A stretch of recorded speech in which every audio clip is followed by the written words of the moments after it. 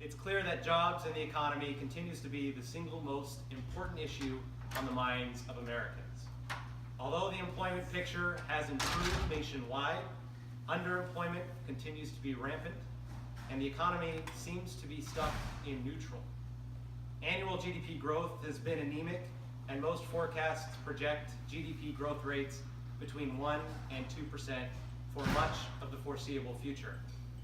While there are many factors undoubtedly that contribute to our nation's economic performance, it's clear that out-of-control regulations drawn up by unelected bureaucrats and a climate of tremendous uncertainty stemming from skyrocketing healthcare costs and the nation's growing debt are among the leading culprits for our economic malaise.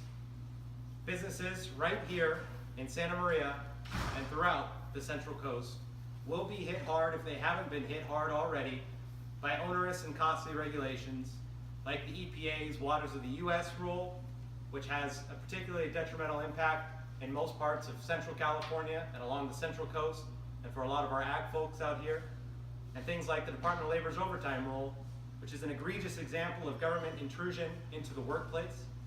Other rules that are hammering business right now are things like the National Labor Relations Board's joint employer definition that jeopardizes the very survival of the franchise business model, which has been so successful for so many decades. Given this uncertain business climate and the alarming rise of anti-trade, anti-immigration, and even anti-free enterprise rhetoric on the campaign trail and elsewhere this year, it's more important than ever that we send pro-growth, pro-jobs representatives to Washington, D.C. Men and women that understand the concerns of the business community, have extensive experience in the private sector, and are willing to govern and actually get things done when they go to D.C. There's no doubt that Justin Farid fits that description and is exactly the kind of representative that the 24th District needs and the kind of representative that this country needs more of. Mr. Farid has never held elected office, but he has a strong small business background. He has first-hand experience on how regulations can hamstring businesses and how they can discourage growth, how regulations can discourage investments in new equipment, and how these regulations can discourage the promoting and hiring of new employees who badly need jobs. When you look at the issues, it's clear which candidate in this race is pro-business and pro-jobs and which one is not.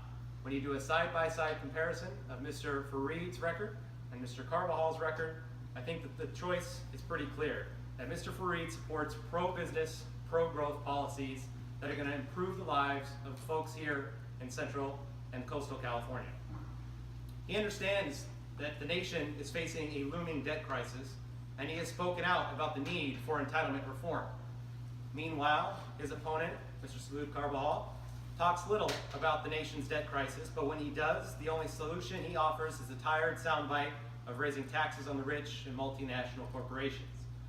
And with the national debt fast approaching $20 trillion, roughly 2/3 of government spending on automatic pilot, and Social Security on a seemingly inevitable path to insolvency, the politically popular yet mathematically inadequate proposal of simply tax the rich is not going to get the job done. Mr. Farid recognizes that our tax system is fundamentally uncompetitive and that tax reform is urgently needed in this country. Mr. Carvajal, on the other hand, apparently doesn't see a problem in America having the highest corporate tax rate in the industrialized world, which puts our companies at a distinct competitive disadvantage relating to other companies from other countries.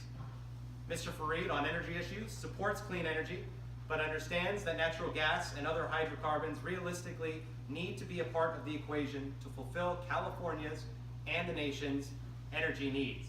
In this regard, Mr. Farid truly supports a balanced all-of-the-above strategy, which is exactly what the U.S. Chamber has been supporting for many years now. Mr. Carvajal, on the other hand, opposes fracking, he opposes fossil fuels, and supports a radical keep-it-in-the-ground approach that is not only unrealistic, but would raise energy costs and undermine reliability for the entire electricity sector. Mr. Farid is aware of the Affordable Care Act's serious shortcomings. I think that those have been well on display over the last couple of years, and the law's direct contribution to rising premiums for both employers and for families.